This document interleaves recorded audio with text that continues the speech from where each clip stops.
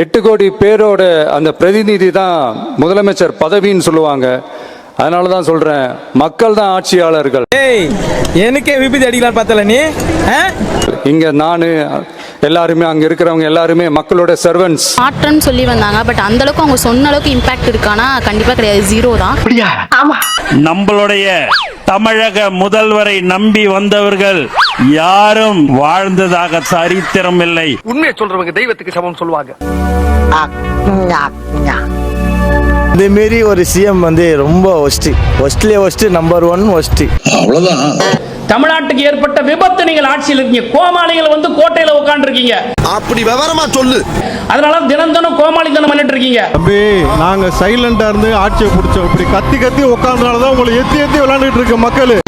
டேய், என்னடா டயலாக் இது? எவன் எழுதி கொடுத்தானே அது இப்படி பேசிட்டு போறான்?